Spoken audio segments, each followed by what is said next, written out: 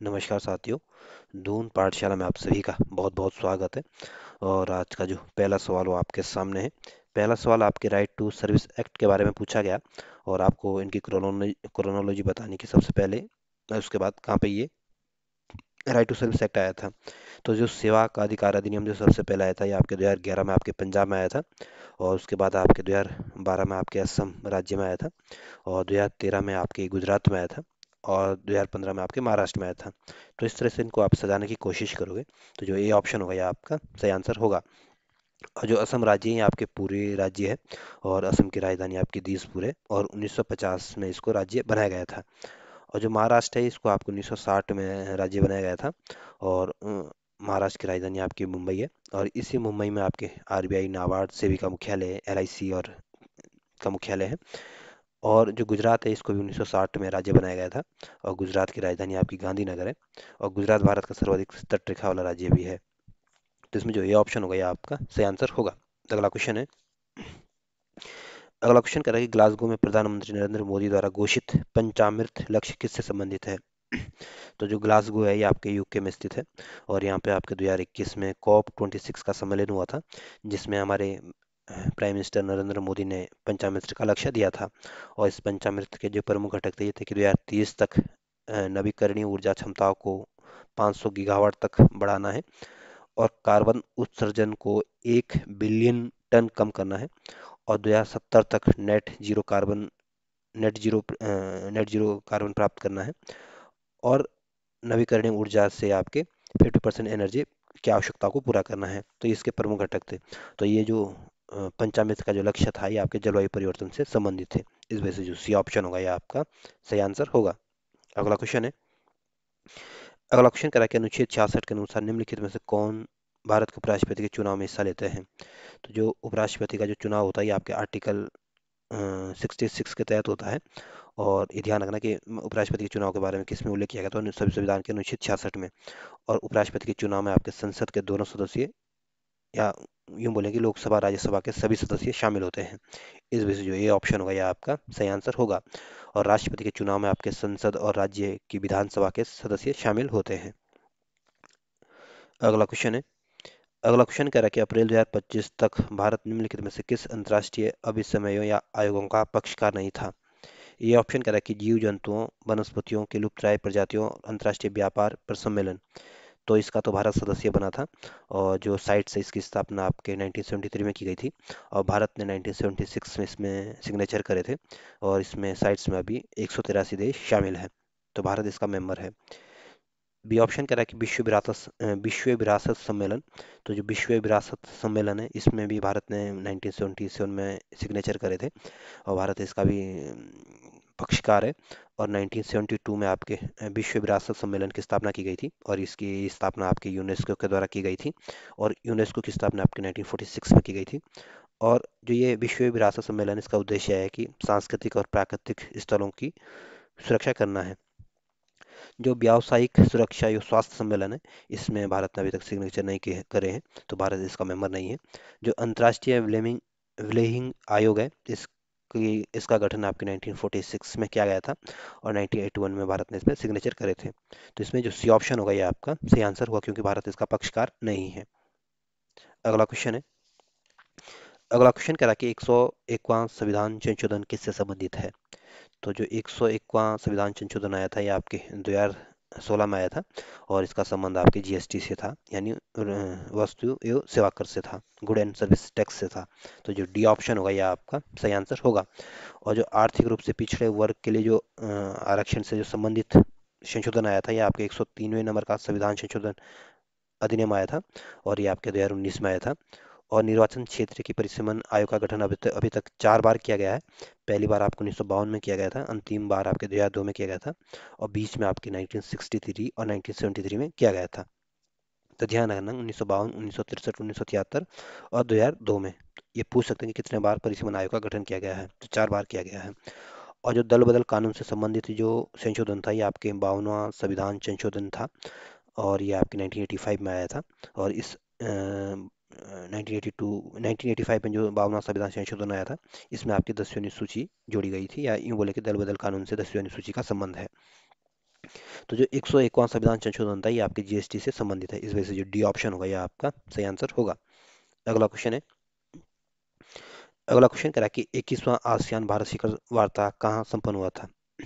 तो जो 21वां आसियान भारत शिखर वार्ता सम्मेलन हुआ था ये आपके लाओस में हुआ था, इस वजह से जो सी ऑप्शन होगा ये आपका सही आंसर होगा। और लाओस आपके एशिया महाद्वीप का एक देश है और वियन तियाने इसकी राजधानी है। जो इंडोनेशिया है ये एशिया महाद्वीप का एक देश है और इंडोनेशिया की राजधानी आपकी जकार्ता है और इंडोनेशिया सर्वाधिक मुस्लिम आबादी वाला देश है। जो फिलीपींस है ये भी आपके एशिया महाद्वीप का एक देश है और फिलीपींस की राजधानी आपकी मनीला है और इसी मनीला में आपके एशियन डेवलपमेंट बैंक का हेडक्वार्टर या एशियन डेवलपमेंट का मुख्यालय भी है। जो वियतनाम है ये भी आपके एशिया महाद्वीप का देश है और वियतनाम की राजधानी आपकी हनोई है। तो इसमें जो सी ऑप्शन होगा ये आपका सही आंसर होगा।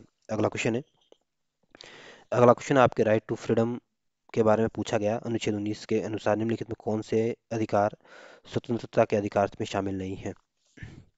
तो जो राइट टू फ्रीडम का जो उल्लेख किया गया है आपके अनुच्छेद 19 में किया गया है और संविधान के अनुच्छेद 19 के अनुसार इसमें 6 तरह की फ्रीडम की बात की गई है। सबसे पहले इसमें आपके बोलने और अभिव्यक्ति की आज़ादी दी गई है। दूसरी जो फ्रीडम दिया गया है आपकी शांतिपूर्ण सम्मेलन का अधिकार दिया गया है। तीसरा आपके किसी भी पेशे को अपनाने का अधिकार दिया गया है और चौथा आपके संघ बनाने की आज़ादी दी गई है। पांचवा अधिकार आपके देश में किसी भी क्षेत्र में आने जाने की आपको आज़ादी दी गई है और छठा अधिकार आप इसमें आपके देश के किसी भी हिस्से में निवास करने या बसने की आज़ादी आपको मिली है। तो ये शांतिपूर्ण सम्मेलन का अधिकार, बोलने और अभिव्यक्ति का अधिकार, किसी पेशे को अपनाने का अधिकार का संबंध आपके अनुच्छेद 19 से है, जबकि समान अवसरों का अधिकार आपके अनुच्छेद 19 से नहीं बल्कि आपके अनुच्छेद 16 से इसका संबंध है। तो इसमें जो ए ऑप्शन होगा आपका सही आंसर होगा क्योंकि आपको बताना था कि इसमें कौन शामिल नहीं है अनुच्छेद 19 में। तो ए ऑप्शन सही आंसर है। अगला क्वेश्चन है, अगला क्वेश्चन कह रहा है कि किसकी संस्तुति पर मौलिक कर्तव्यों को संविधान में शामिल किया गया था। तो जो मौलिक कर्तव्यों को जो संविधान में शामिल किया गया था आपके 42वें संविधान संशोधन 1976 में शामिल किया गया था और इसके लिए जो कमेटी की सिफारिश की थी आपके स्वर्ण सिंह कमेटी की सिफारिश पर इसको शामिल किया गया था। इस वजह से जो डी ऑप्शन होगा यह आपका सही आंसर होगा। और जो शाह आयोग या शाह कमीशन है इसका गठन आपके 1977 में किया गया था और ना शाह कमीशन का गठन आपके जो आपातकाल 1975 में जो आपातकाल लगाया गया था उसकी जांच के लिए इसका गठन किया गया था। जो प्रशासनिक सुधार आयोग, प्रथम प्रशासनिक सुधार आयोग था, इसका गठन आपके 1966 में किया गया था और जो संतानम कमेटी है यहाँ पे या संतानम समिति है इसका गठन आपके 1962 में किया गया था और संतानम कमेटी की सिफारिश पर यहाँ आपके केंद्रीय सतर्कता आयोग या सीवीसी की स्थापना, सेंट्रल विजिलेंस कमीशन की स्थापना की गई थी और केंद्रीय सतर्कता आयोग का गठन आपके 1964 में किया गया था। तो पूछ सकते हैं कि सीबीसी का गठन आपके किस कमेटी के तहत किया गया था, तो संतानम कमेटी, ध्यान रखना। और मौलिक कर्तव्यों का आपके स्वर्ण सिंह कमेटी की सिफारिश पर शामिल किया गया था। तो इसमें जो डी ऑप्शन होगा यह आपका सही आंसर होगा। अगला क्वेश्चन है, अगला क्वेश्चन आपके लोकपाल और लोकायुक्त अधिनियम 2013 के संदर्भ में पूछा गया और आपके सामने दो कथन और आपको बताना है कि इसमें कौन से कथन सही है। पहला कथन कह रहा है कि लोकपाल की चयन समिति में राज्यसभा का सभापति भी शामिल होता है। तो पहला कथन गलत है। जो लोकपाल के चयन के लिए जो कमेटी बनी रहती है इसमें आपके एक तो आपके प्राइम मिनिस्टर होते हैं, दूसरे आपके लोकसभा के अध्यक्ष होते हैं, तीसरे आपके लोकसभा के विपक्ष के नेता इसमें शामिल होता है और चौथा आपके भारत के जो मुख्य न्यायाधीश ये भी शामिल होता है और पांचवा सदस्य आपके प्रसिद्ध कोई विधि वेता होगा जिसका जो आपके राष्ट्रपति के द्वारा नामित किया जाता है। जिन लोगों से मिलाकर आपके लोकपाल चयन कमेटी का गठन होता है, तो इसमें आपके राज्यसभा के सभापति इसमें शामिल नहीं होते हैं। तो इस वजह से पहला कथन तो गलत है। दूसरा कथन कह रहा है कि यह भारत के भीतर और बाहर दोनों जगह में भारतीय लोक सेवकों पर लागू होगा। तो दूसरा कथन बिल्कुल ठीक है। जो लोकपाल लोकायुक्त अधिनियम है ये भारत के भीतर और भारत के बाहर दोनों जगह भारतीय लोगों पर ये लागू होगा। तो इसमें पहला कथन गलत है, दूसरा सही है। इस वजह से जो बी ऑप्शन होगा यह आपका सही आंसर होगा। अगला क्वेश्चन है, अगला क्वेश्चन कह रहा है कि निम्नलिखित में से कौन केंद्रीय मंत्रालय नागरिक अधिकार संरक्षण नियम 1977 को लागू करने के लिए उत्तरदायी है। तो जो केंद्रीय मंत्रालय नागरिक अधिकार संरक्षण नियम जो 1977 है इसको जो लागू करने के लिए जो उत्तरदायी है आपके गृह मंत्रालय उत्तरदायी है, सामाजिक न्याय अधिकारिता मंत्रालय उत्तरदायी है और जनजातीय कार्य मंत्रालय भी उत्तरदायी है, लेकिन अल्पसंख्यक कार्य मंत्रालय इसके लिए उत्तरदायी नहीं है। इस वजह से जो सी ऑप्शन होगा यह आपका सही आंसर होगा। अगला क्वेश्चन है, अगला क्वेश्चन कह रहा है कि अनुच्छेद 32 के अंतर्गत किस वाद में न्यायालय के आदेशों की ऐच्छिक अवहेलना को न्यायालय की अवमानना घोषित किया गया था। तो जो एम एच सचदेव बनाम भारतीय संघवाद था, इसके तहत आपके संविधान के अनुच्छेद 32 के अंतर्गत आपके ऐच्छिक अवहेलना को न्यायालय की अवमानना घोषित किया गया था। इस वजह से जो बी ऑप्शन होगा यह आपका सही आंसर होगा। अगला क्वेश्चन है, अगला क्वेश्चन कह रहा है कि हाल के दशकों में भारत की निशस्त्रीकरण नीति के बारे में कौन सा कथन गलत है। ए ऑप्शन कह रहा है कि CCW के सभी पांचों नवाचार का पक्षकार है। तो ये ऑप्शन बिल्कुल ठीक है, जो CCW के सभी जो 5 नवाचार या प्रोटोकॉल है, इसका भारत पक्षकार रहा है। बी ऑप्शन कह रहा है कि FMCT और CD में वार्ता का समर्थन नहीं करता है। तो बी ऑप्शन बिल्कुल ठीक है, जो भारत है ये आपके FMCT और CD की वार्ता का समर्थन नहीं करता है। सी ऑप्शन कह रहा है कि भारत CWC का पक्षकार है। तो तीसरा कथन बिल्कुल ठीक है, जो CWC है यानी कि क्रिमिनल वेपन्स कन्वेंशन है, या यूं बोलें कि रासायनिक हथियार सम्मेलन है, इसका भी भारत पक्षकार है। और डी ऑप्शन कह रहा है कि CTBT पर हस्ताक्षर नहीं किए हैं। तो डी ऑप्शन बिल्कुल ठीक है, CTBT पर भारत ने अभी तक हस्ताक्षर नहीं किए हैं, और इसको 1996 में हस्ताक्षर के लिए ओपन किया गया था। और CTBT आपके परमाणु हथियारों पर प्रतिबंध लगाती है। तो इसमें जो बी ऑप्शन होगा यह आपका सही आंसर होगा, क्योंकि ऑप्शन गलत दिया गया है, इसमें भारत इसका समर्थन करता है। अगला क्वेश्चन है, अगला क्वेश्चन आपके राइट टू एजुकेशन के बारे में पूछा गया, शिक्षा के अधिकार के संदर्भ में पूछा गया, और आपके सामने 3 कथन दिए गए हैं और आपको बताना है कि इसमें कौन कौन से कथन सही है। पहला कथन कह रहा है कि यह सभी के लिए शिक्षा के लक्ष्य को हासिल करने का प्रयास करता है। तो पहला कथन बिल्कुल ठीक है, जो राइट टू एजुकेशन जो है ये आपके सभी के लिए शिक्षा के लक्ष्य को हासिल करने का एक प्रयास है। दूसरा कथन कह रहा है कि मूल संविधान के भाग 4 में निशुल्क एवं अनिवार्य शिक्षा का प्रावधान प्रदान किया गया था। तो दूसरा कथन भी बिल्कुल ठीक है, जो भारतीय संविधान का जो भाग 4 है, इसमें आपके निशुल्क और अनिवार्य शिक्षा का प्रावधान किया गया है। सी ऑप्शन कह रहा है कि 91वें संविधान संशोधन के बाद यह मूल अधिकार बना था। तो तीसरा कथन गलत है, जो 2002 में जो 86वें नंबर का संविधान संशोधन आया था, इसमें आपके शिक्षा को आपके मूल अधिकार बना दिया गया था, ना कि आपके 91वें संविधान संशोधन के द्वारा। इस वजह से तीसरा कथन गलत है। और जो 91वें संविधान संशोधन है ये आपके 2003 में आया था, और इसमें आपके मंत्रिमंडल के आकार का निर्धारण किया गया था कि मंत्रिमंडल का जो विस्तार होगा ये आपके 15% से अधिक नहीं होगा। तो इसमें पहला दूसरा कथन ठीक है, तीसरा कथन गलत है। इस वजह से जो सी ऑप्शन होगा यह आपका सही आंसर होगा। अगला क्वेश्चन है, अगला क्वेश्चन आपके नीति आयोग के संदर्भ में पूछा गया, और इसमें भी आपके 3 कथन है और आपको बताना है कि इसमें कौन सा कथन सही है। ये ऑप्शन कह रहा है, पहला कथन कह रहा है कि इसकी स्थापना 1 जनवरी 2014 को हुई थी। तो पहला कथन गलत है, जो नीति आयोग का गठन किया गया था आपके 1 जनवरी 2015 में किया गया था। दूसरा कथन कह रहा है कि इसे केंद्रीय मंत्रिमंडल के प्रस्ताव द्वारा स्थापित किया गया था। तो दूसरा कथन बिल्कुल ठीक है, जो नीति आयोग का गठन किया गया था या आपके किसी एक्ट या किसी अधिनियम के द्वारा इसको स्थापित नहीं किया गया था, बल्कि आपके केंद्रीय मंत्रिमंडल के प्रस्ताव के द्वारा इसको स्थापित किया गया था। तो दूसरा कथन बिल्कुल ठीक है। तीसरा कथन कह रहा है कि भारत के राष्ट्रपति नीति आयोग के अध्यक्ष होते हैं। तो तीसरा कथन भी गलत है, जो नीति आयोग के जो अध्यक्ष होते हैं आपके प्राइम मिनिस्टर होते हैं, और जो नीति आयोग के जो पहले अध्यक्ष थे आपके नरेंद्र मोदी थे, और वर्तमान में भी आपके नरेंद्र मोदी ही नीति आयोग के अध्यक्ष है। और नीति आयोग के जो पहले उपाध्यक्ष थे आपके अरविंद पनगड़िया है, और वर्तमान में आपके अरविंद पनगड़िया 16वें वित्त आयोग के अध्यक्ष बने हुए हैं। और वर्तमान में जो नीति आयोग के जो उपाध्यक्ष है आपके डॉक्टर राजीव कुमार हैं। जिसमें आपको बताना था कौन सा ऑप्शन सही है, तो इसमें पहला तीसरा कथन गलत है, दूसरा कथन सही है। इस वजह से जो बी ऑप्शन होगा यह आपका सही आंसर होगा।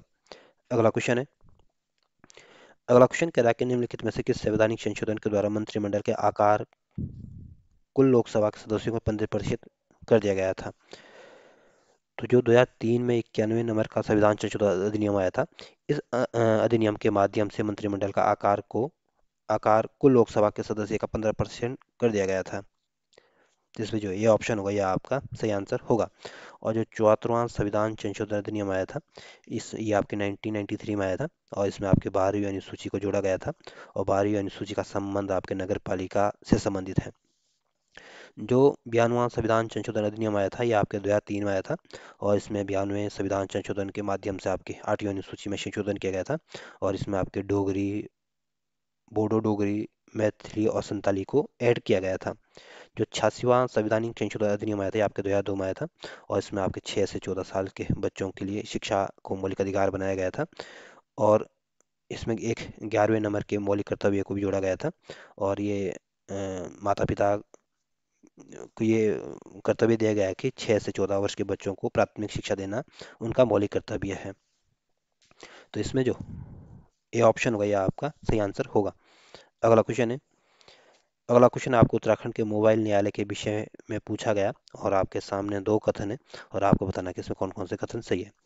पहला कथन कह रहा है कि मोबाइल ई न्यायालय परियोजना के तहत न्यायालय कक्षों, कंप्यूटर, प्रिंट और इंटरनेट सुविधा युक्त मोबाइल गाड़ियों गांव में भ्रमण करेगी। तो पहला कथन बिल्कुल ठीक है। जो ये मोबाइल कोर्ट होते हैं, ये आपके गांव-गांव में जाके आपके न्याय दिलाने के काम करते हैं, और ये आपके इसमें आपके सभी कंप्यूटर, प्रिंटर और इंटरनेट की सुविधा होती है। तो इसमें पहला कथन बिल्कुल ठीक है। दूसरा कथन कह रहा है कि इसके पीछे विचार यह था कि न्याय विशेष रूप से दूरस्थ क्षेत्रों में रहने वाले लोगों तक पहुंचाया जा सके। तो दूसरा कथन भी बिल्कुल ठीक है। जो ही मोबाइल कोर्ट है या मोबाइल कोर्ट है, इसका उद्देश्य यही था कि जो दूर दराज के जो गांव, दूरस्थ गांव हैं, वहां तक न्याय की सुलभ पहुंच हो सके हैं। तो पहला कथन भी ठीक है, दूसरा कथन भी ठीक है। इस वजह से जो सी ऑप्शन होगा, यह आपका सही आंसर होगा। अगला क्वेश्चन है, अगला क्वेश्चन कह रहा है कि संसद में अपनी राय देने के लिए निम्न में से किस अधिकारों को आमंत्रित किया जा सकता है। तो संसद में अपनी राय देने के लिए आपके जो न्यायवादी होता है, इनको आमंत्रित किया जाता है। इस वजह से जो बी ऑप्शन होगा, यह आपका सही आंसर होगा। अगला क्वेश्चन है, अगला क्वेश्चन कह रहा है कि 2023-24 में भारत वैश्विक व्यापार में आसियान का योगदान प्रतिशत संबंधित में कौन सा लेखांकन सही है। तो 2023-24 में भारत वैश्विक व्यापार में आसियान का जो योगदान का प्रतिशत देखें, तो भारत वैश्विक व्यापार का क्या आपके 11% का योगदान करता है। इस वजह से जो बी ऑप्शन होगा, यह आपका सही आंसर होगा।